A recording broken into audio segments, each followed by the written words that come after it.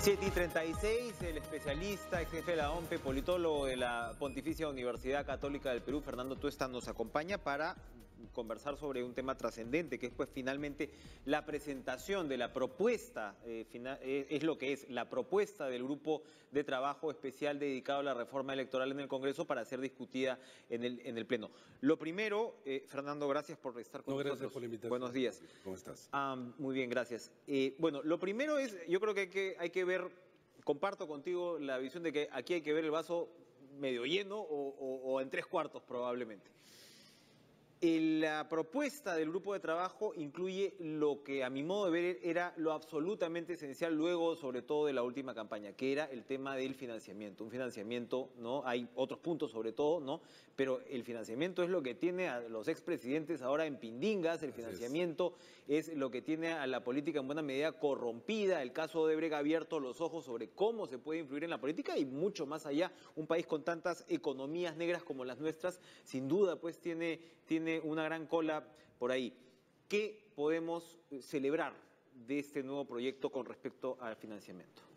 A ver, yo creo que nunca hemos estado tan cerca de una reforma electoral. Y te hablo de décadas, no estoy hablando siquiera de unos cuantos años atrás. Este es un esfuerzo del Grupo de Trabajo de Reforma Electoral que ha evacuado con el nombre de, en el informe, ley electoral, pero no, en realidad es un código. Porque va más allá incluso de la parte electoral, y ve cosas de vacancia, ve un aspecto sobre partidos, mucho.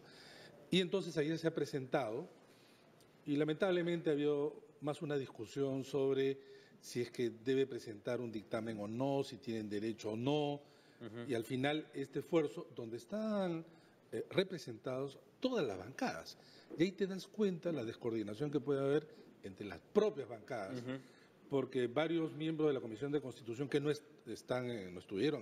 formaron parte del grupo de trabajo, en realidad desconocían este esfuerzo, no lo conocían, y creo que podemos llegar a un escenario de no reforma, y ese sería el peor escenario. Ahora, o sea, es decir, lo que me estás diciendo es que esto no es un dictamen formal o un predictamen, es cierto que los grupos, como sería aprobado en cualquier comisión, sino que es sencillamente un documento que se le da para referencia al Pleno para ver...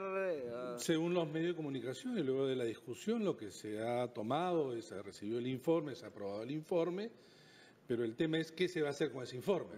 Ese informe no es cualquier informe, es un informe que contiene, en pocas palabras, un código electoral de cerca de 440 artículos. No hay ningún esfuerzo en el Parlamento que haya logrado esto y llegar hasta este momento, que es fundamental. ¿De quién depende que esto pase a ser de la Comisión de Constitución y los partidos obviamente que le integran, que son todos?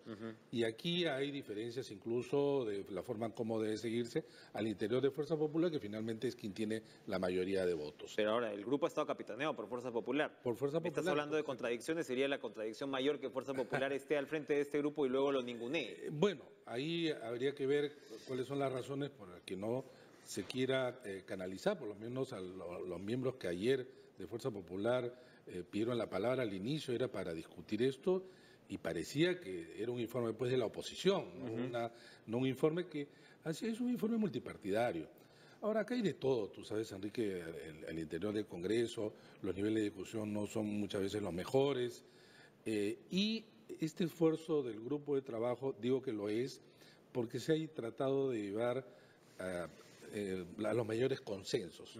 Bueno, de hecho, ese es un problema también a veces, porque llegar a consensos muchas veces te deja de lado la necesidad de que algunos artículos sean mucho más filudos y con mayores consecuencias que hoy requerimos indudablemente en nuestro país. A mí me sorprendían los esfuerzos de transparencia en el financiamiento, como te decía, porque precisamente lo que uno ha visto siempre con los partidos políticos es que no querían esto, ¿no? Al parecer, ¿han atracado? Es que ahí viene el tema. No tanto? Pues, ahí viene el tema. Tú tienes que de los 7 miembros, 2 son de Fuerza Popular y luego 1 de cada bancada. Ahora, ¿ellos realmente representan a sus bancadas?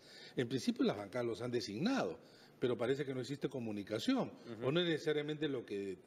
pero en temas del informe, ¿estás satisfecho como tal? Ya, en tema del informe hay muchas cosas que sí. Para empezar, el solo hecho de haberse encaminado por un código y no con un paquete de artículos para modificar la ley orgánica de elecciones y la ley de organizaciones políticas es un gran avance. Ahora, No son sobre parches, es un código coherente y completo. Claro, y que es lo que se necesita. Ahora, la parte de financiamiento, hay dos aspectos que yo llamaría la atención. Se ha tratado de ajustar la parte efectivamente de transparencia, de control, sanciones, esa parte me parece bien. Lo que yo siempre he, digamos, advertido es que con solo esta parte no terminamos de responder el problema. ¿Y qué cosa el problema falta? es el problema. El problema es el siguiente.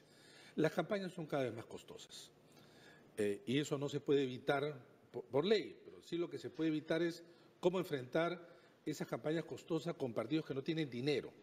Porque el financiamiento público que se les está dando no permite que se gaste en la campaña. Es para respirar en momentos no electorales. En época no electoral y Básicamente. para gastos ordinarios, para que, mira, con solo el alquiler de locales para los comités que exige la ley, con eso se te va casi todo el dinero. Todo el tema de financiamiento público para campañas no está regulado, que es impopular, además. Sí, pero en todas partes es impopular. O sea, si es que los congresistas no dan un paso adelante, empezando efectivamente a dar cuenta de que esto no es popular, pero es necesario a veces tomar medidas que no son populares. En ninguna parte de América Latina los partidos son populares. Entonces, eso es un tema que debería tomarse en cuenta en la discusión ya abierta. En la discusión señalado que es necesario el financiamiento público para las campañas, por una sencilla razón, Enrique. No es que a mí me encante esto. Lo que pasa es que acá tampoco vamos a descubrir la pólvora. O tú tienes el financiamiento por vía pública o privada. La privada ha demostrado, y en el Perú, en toda su historia, que es la fuente por donde se canaliza todo este tipo de dinero mal habido, anónimo, Claro. en fin, todo aquel que además hace depender a los partidos. Y entonces, todo el mundo, repito, ahora, pero es una combinación de ambos. Y esta combinación es una mayor proporción del público y para que el partido no sea una organización vulnerable, porque si tú tienes que enfrentar... ¿Cuál debería ser la proporción? No, pero exactamente no te puedo decir una proporción, pero habría sí que te digo, aumentar significativamente. Pero, por ejemplo, ahí vienen dos temas. Uno que sí ha hecho el grupo de trabajo y está en el informe, es que se amplía el financiamiento público indirecto, es decir, la franja, de 30 a 45 días. Bien, entonces el partido no tiene que contratar más televisión. Eso es importantísimo porque la tele es lo que te cuesta en una 80% de la campaña se va en televisión. Y es lo que impulsa la necesidad de dinero. Totalmente. Entonces, mi propuesta, que varias veces se los he manifestado, es ¿cómo hacemos para reducir esto? Y se reduce de dos maneras. Más franja, pero cortas la posibilidad de contratar fuera de la franja. Pero además le das financiamiento público directo para la campaña que tiene la posibilidad de un mayor control. Ahí reduce significativamente. A eso le tienes que agregar, por supuesto, controles, sanciones severas, todo. Y ya tienes entonces la posibilidad de que un partido no esté pues absolutamente entregado a quienes ostentan el dinero, desde que son las corporaciones hasta quienes canalizan los intereses del dinero mal habido. Financiamiento público, franja, el tema de las firmas. Se ha hablado mucho de eso, tú has opinado sobre la materia. ¿Qué se está proponiendo? Finalmente se está proponiendo el 4%. No, para empezar se sigue proponiendo la firma de adhesión como un requisito de inscripción de partido. Estoy absolutamente de desacuerdo. Las firmas hoy en día lo único que hacen es crear un mercado negro corrupto de firmas, no demuestran que esa organización existe y que tiene un aparato dispuesto a recabar esas firmas y finalmente no se puede verificar, porque lo que hacen los organismos electorales es comparar la firma que tienes en el planillón versus la firma que está en el RENIEC y si se parecen es considerado válida, no verdadera. Lo que propones es que un partido sea capaz de organizar su proceso electoral interno y que demuestre funcionamiento de partido. Hay dos vías que se puede hacer esto. Chao firmas. Eleva entonces la exigencia de miembros del partido, que finalmente es lo que importa en un partido. No importa que firme en la calle y luego no tienes ningún vínculo. Entonces tú puedes decir 11.000, 12.000, 15.000, ponle el número que quieres y ahí sí sirve la tecnología a través de la biometría, por ejemplo, que esa persona, a través de su huella digital, es la persona miembro del partido, que tiene derechos y deberes. Puedes elevar. Y la segunda, que es la que más me gusta, es los partidos hacen elecciones internas simultáneas, organizadas por en este caso la OMPE, el padrón hecho por el RENIEC, resolver las controversias en última instancia del jurado, que le da garantía, le da legitimidad, le da posibilidad de realizarse. Y entonces tú dices, si un partido convoca una cantidad de participantes para sus elecciones internas, hay que poner un número, digamos, ponte 50.000. Que fue lo que convocó el Frente Amplio, más o menos. Ya, si quieres lo elevas, ¿ya? Pero digamos 50.000, eso se puede discutir. Si es que ese partido lleva a sus elecciones internas ese número, ese partido inscribe la lista y se mantiene con la inscripción. Entonces, la inscripción no es un conjunto de documentos que no es posible probar. Hay en muchos de los casos falsos, con firmas no verificadas, y entonces estamos en el país del engaño, en el país del expediente. Entonces, el giro es cambiar esta mirada de una reforma por expedientes por una reforma basada en la realidad. Perfecto. Ese es el punto fundamental. ¿Algún punto importantísimo que crees adicional que se deba incorporar a lo que ya sea? Porque claro, tenemos el tema de bicameralidad, que es otro tipo de reforma, tenemos lo del voto preferencial, que entiendo que le están pidiendo a la Comisión de Constitución también un grupo adicional para discutir esta materia, y tenemos por supuesto en lo inmediato, que está fuera un poco de la reforma, pero es una reforma constitucional, el tema de la reelección de alcaldes, que es urgente además definirlo. Entonces, la Comisión de Constitución, ojalá que trabaje y pronto sobre el informe del grupo de trabajo.